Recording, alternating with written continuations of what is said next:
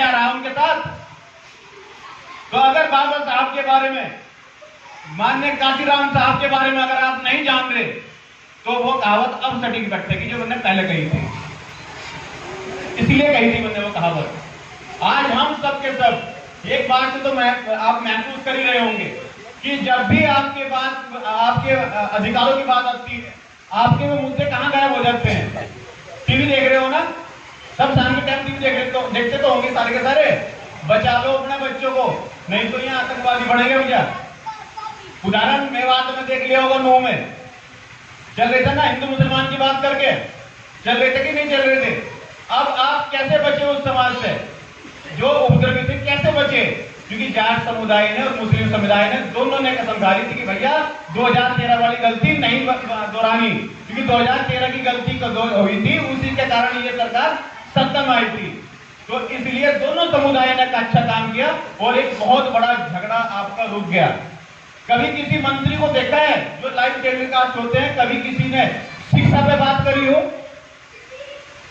कोई भी व्यक्ति, चाहे कोई सा भी चैनल हो, किसी ने शिक्षा पे बात करी? नहीं करने के, क्योंकि अगर आप शिक्षा पे बात करोगे तो आप पढ़े लिखा हो जाओगे।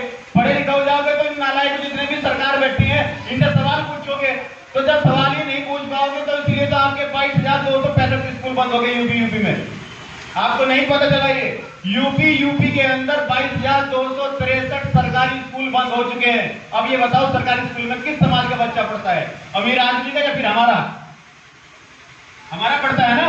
तो जब हमारे बच्चे स्कूल में नहीं जाएंगे तो क्या वो सवाल पूछेंगे? जब सवाल नहीं पूछेंगे तो फिर उनका काम तो हो ही रहा है ना कि बेटा तुम हिंदू को बचाओ। किससे बचाऊं? बताओ किससे बचाओ हिंदू को?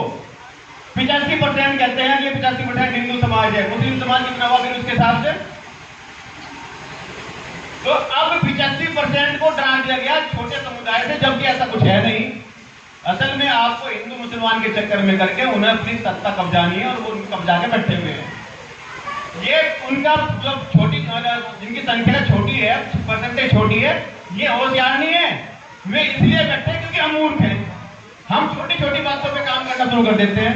अभी बाबा साहब ने जो आपको पूरे समाज में लड़के, जो उनका धुर विरोधी था, उनसे लड़के आपको वोट का अधिकार दिया और आप वो वोट कितने भेजे? तो अपनी गिरबान में जंग को, ऐसा कुछ नहीं है।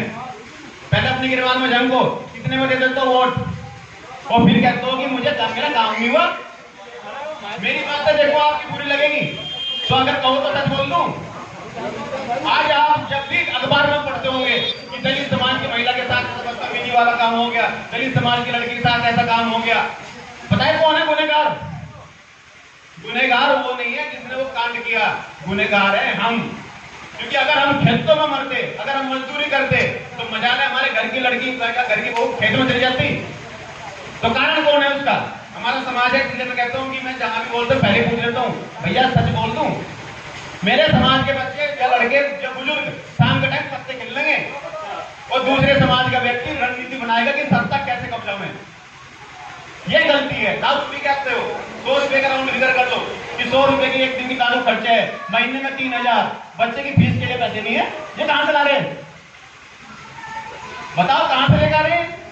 और आप दारू के चक्कर में अपने बच्चों को भविष्य फिर 5 किलो अनाज दे दिया, आपको तो लगा 5 किलो अनाज मिल गया। 5 साल की सुरक्षा करनी उसने अपनी सत्ता की, कितने में? 5 किलो अनाज में, और इसी में खुश हो रहे। अगर सत्ता में दम न होती तो क्या ये मानने जो योगी महाराज है ये अपना मठ छोड़ के सत्ता में आता? सब कुछ अगर कहीं पर भी देखना है, किसी भी ताले की ताली खोलनी है, किसी भी ताले को खोलना है, तो उसकी कुंजी, उसकी ताली है राजनीति। इसलिए बाबा साहब ने कहा था कि मुझे पूछो ना, मुझे पढ़ लो पढ़। अब उल्टा काम हो रहा है। संत शिरोमणि जी हैं, रविदास जी हैं, मुझे दिखाइए पूरे वर्ल्ड में किसी के सामने लिखा हो संत शिरोमणि नाम और दूसरा दिखाओ। पूरे वर्ल्ड में, भारत की बात नहीं मैं कर रहा हूं, पूरे वर्ल्ड में बताओ किसके सामने लिखा है संत शिरोमणि?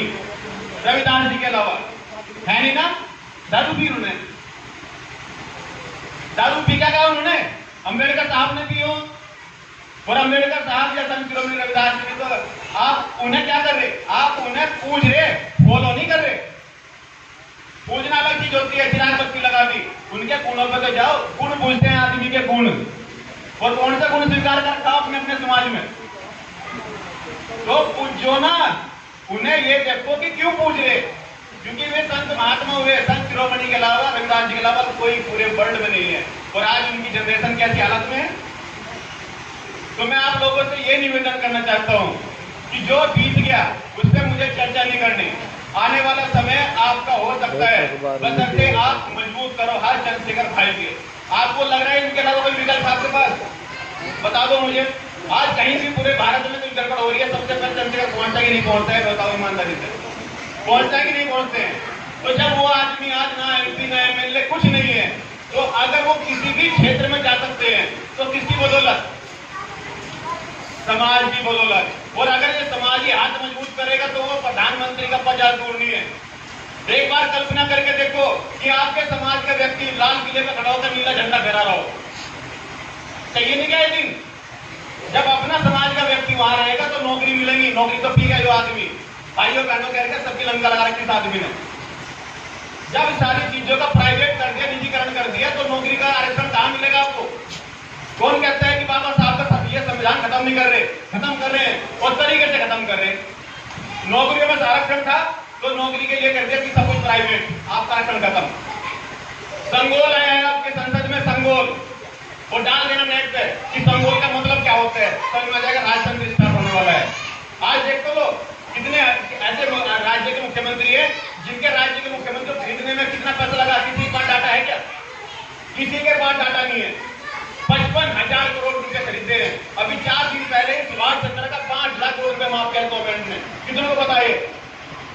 5,000 करोड़ रुपए सुभाष चंद्र का भी माफ किया सरकार ने, किसी को नहीं पता। और इसी का फायदा उठाते हैं, क्योंकि पता कौन नहीं करता? जो जागरूक नहीं होता। जागरूक कौन नहीं होगा? जो पढ़ेगा नहीं। और बाबा साहब ने क्या कहा था? शिक्षा शेरनी का वो दूध है, जो पढ़ेगा, जो पिएगा वो दहाड़ेगा। मैं जो दहाड़ रहा हूं ना, बाबा साहब की देन है। मैं रेडी हूं और मैं नालायक बच्चा नहीं होऊंगा। मैं तो ये कहूंगा कि आखिरी साल तक बाबा साहब का एहसान मेरे ऊपर रहेगा, क्योंकि मैं बोल पा रहा हूं और आप सुन पा रहे हो, ये बाबा साहब की देन है। अब आपसे मैं केवल यही अनुरोध करना चाहता हूं, एक साल हमारे साथ मिल जाओ। आसमान का रंग ऊपर वाले का रखा नीला, धरती हम करेंगे नीली, अगर एक साथ मेरा साथ दे दो। बस आप लोगों से ज्यादा मैं समय नहीं लूंगा, क्योंकि हमें और भी जगह मीटिंग करनी है। बस एक साल बाबा साहब के संविधान को बचा लो, नहीं तो हम नालायक औलाद होंगे उनकी। बाबा साहब ने 4 बच्चे कुर्बान कर रखे संविधान को बनाने से, हम बचाने के लिए अपना 2-2 घंटे ही दे सकते। तो बस आप लोगों से यही गुजारिश है कि बाबा साहब के संविधान को बचाने का बात आ रही है भैया, तो आप लोग हमारा साथ। बाकी अगर मेरी बात कोई बुरी लगी हो तो उसके लिए अपने छोटा बच्चे समझ के मुझे माफ करना। जय भीम, जय भारत, जय मंगल, जय संविधान।